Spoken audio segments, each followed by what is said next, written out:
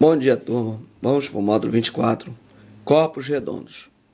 Objetos de conhecimento, corpos redondos, cilindro, esfera, uma situação problema e um cone.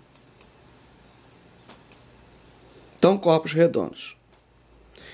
Alguns sólidos geométricos não são poliedros, pois têm superfície curvas. Vários objetos e construções também lembram essas formas. Exemplo, um exemplo aqui é o edifício Old Port Center em Rotterdam, Holanda. Essa foto é de 2018. Temos a bola de futebol americana, os cones e aqui no caso a fruta. Ok? Então, os sólidos geométricos que têm menos uma superfície não plana são chamados de corpos redondos.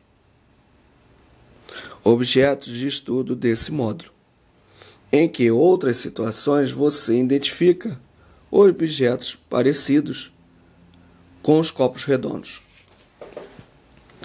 Vamos lá, corpos redondos, dependendo da posição em que são colocados, alguns objetos parecidos com os corpos redondos rolam com facilidade.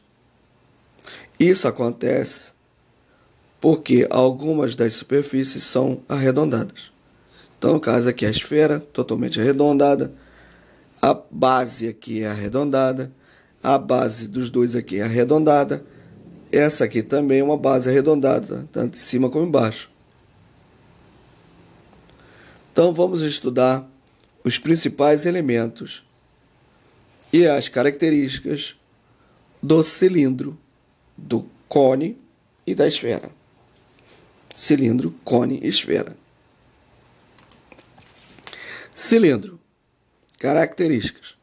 Tem sempre duas bases circulares, congruentes e paralelas. Como eu falei, a base embaixo e a base em cima. Sua superfície lateral é arredondada. Quer dizer, dá uma volta completa como um círculo. As seções transversais paralelas são bases, sempre determinam círculos congruentes às suas próprias bases. Quer dizer, a volta daqui, ela baseia nas suas bases. Então, temos aqui a base e as secções paralelas. Baseando o quê? Na base. A superfície lateral e a base de baixo. Elementos. Todo cilindro tem os seguintes elementos. Base. Dois círculos congruentes paralelos. Beleza. Em cima e embaixo. O raio da base. O raio dos cilindros da base. Então, o raio daqui, a gente tem raio aqui embaixo também. O eixo, que é essa linha que passa no meio dele, dividindo em duas partes iguais. É uma reta que passa no centro da base. Geratriz. Todo segmento paralelo ao eixo com extremidades nas circunferências contornam a base. Então, aqui está o eixo principal. Fazendo isso aqui, essa volta, eu faço o torno dele aqui. Faço a geratriz. A altura é a distância das duas bases. Quer dizer, daqui a aqui é a nossa altura de uma base a base. E a superfície lateral, que é essa parte aqui, superfície obtida pela reunião de todas as geratrizes. Ok? Classificação. Os cilindros podem ser retos ou oblíquos. Reto.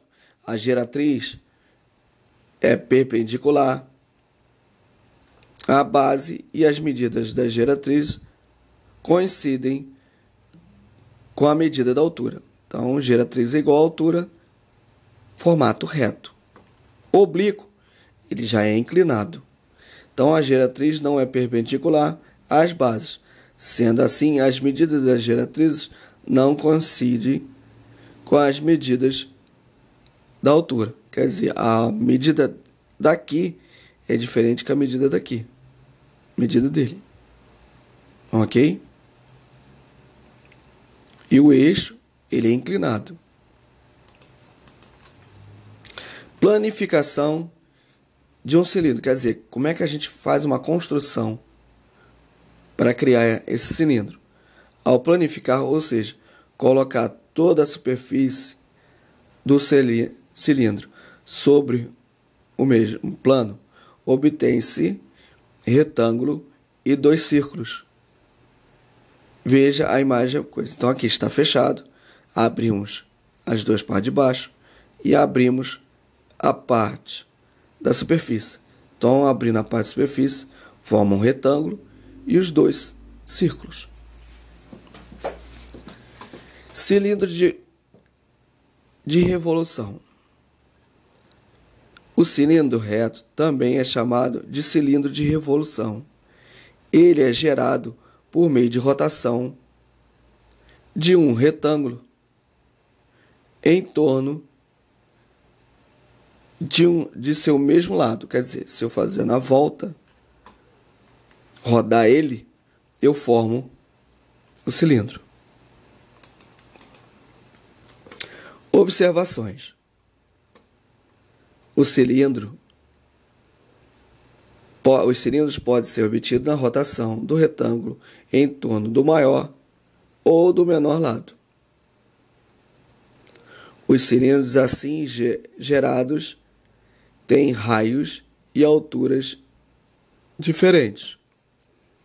Quer dizer, se eu pegar nesse formato aqui e rodar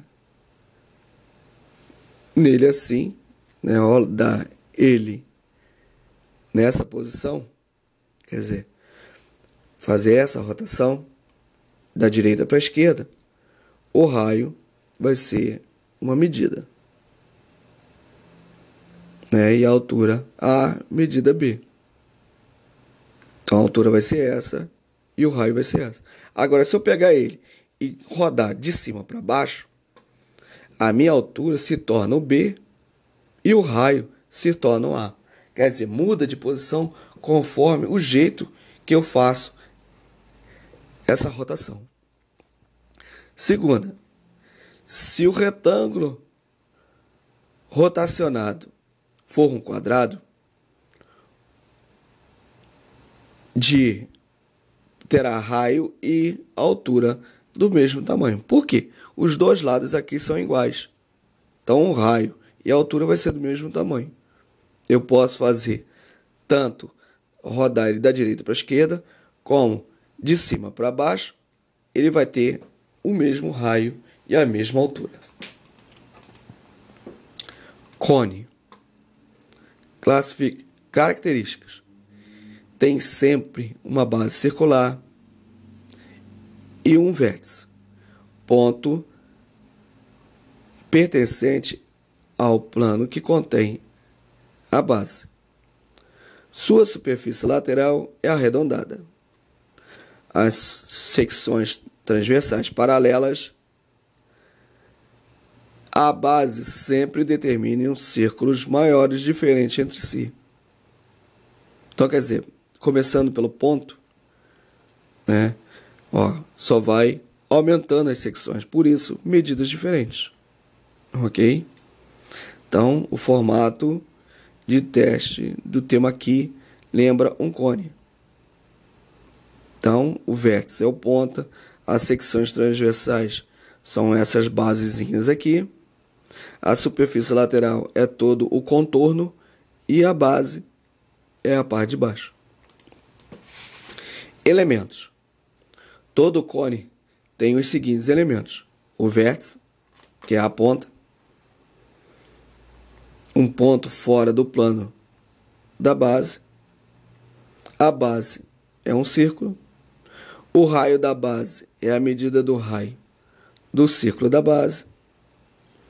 O eixo é a reta que passa entre o centro da base e a vértice. Esse é o eixo. A geratriz, segmento de reta que une o vértice de qualquer ponto da circunferência com o contorno da base, quer dizer, é essa linha aqui. Superfície lateral é a superfície obtida pela reunião. A reunião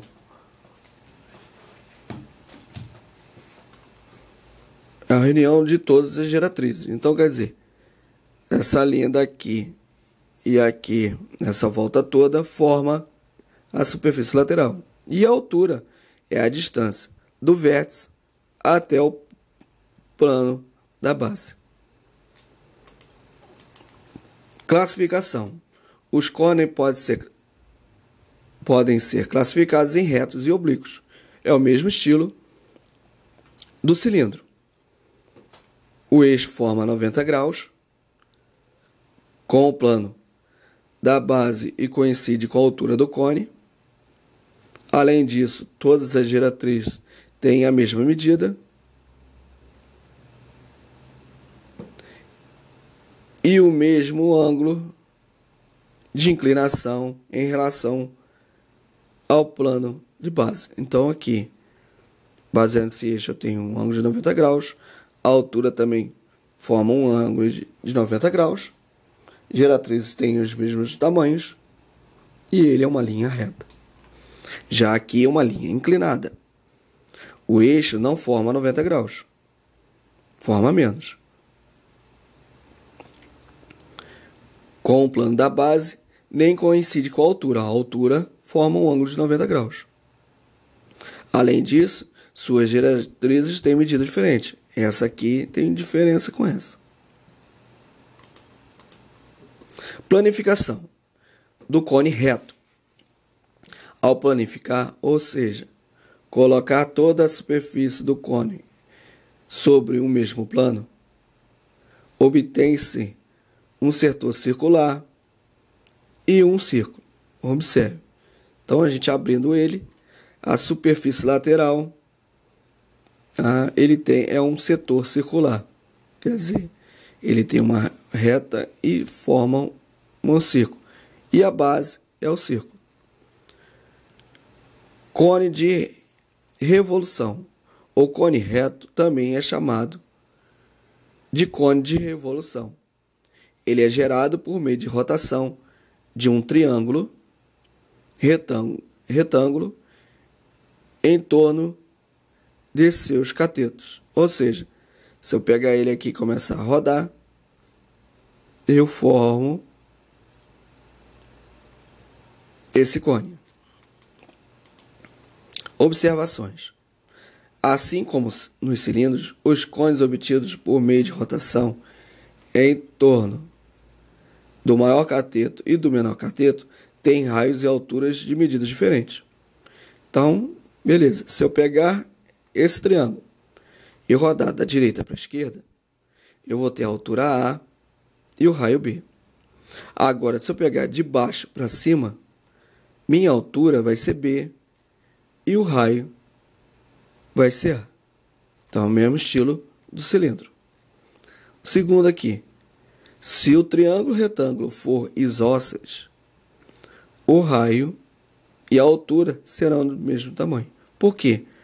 Essas duas medidas aqui, no isósceles, são iguais.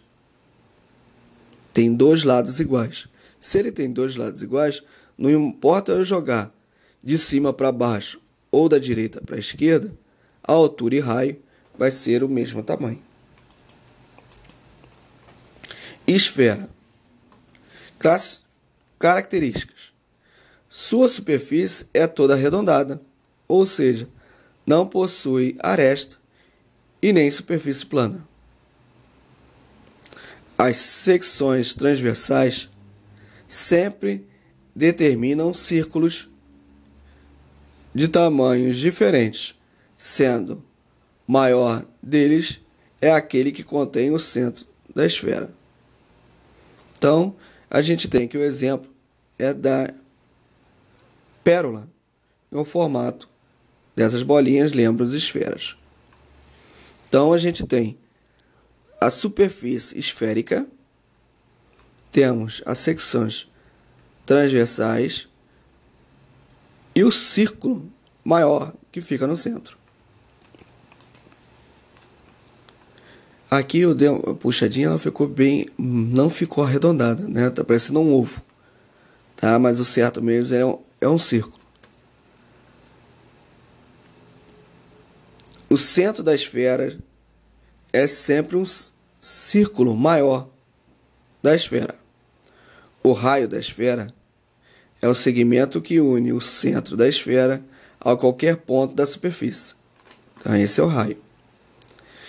E a superfície esférica é toda a superfície curva da esfera. Toda essa parte laranja clara. Observações. Não é possível planificar uma esfera, pois não conseguimos cobrir toda essa região externa utilizando a mesma superfície, sem que haja falha ou excesso de cobertura. Ao seccionar uma esfera extremamente no seu centro, ela é dividida em dois sólidos, chamados de hemisfério ou semisfera. Ambas são nomenclaturas se referem à metade da esfera original. Esfera em geografia. Na geografia utilizamos o termo hemisfério norte e hemisfério sul para indicar a região do globo terrestre que está, respectivamente, cima e baixo da linha do Equador.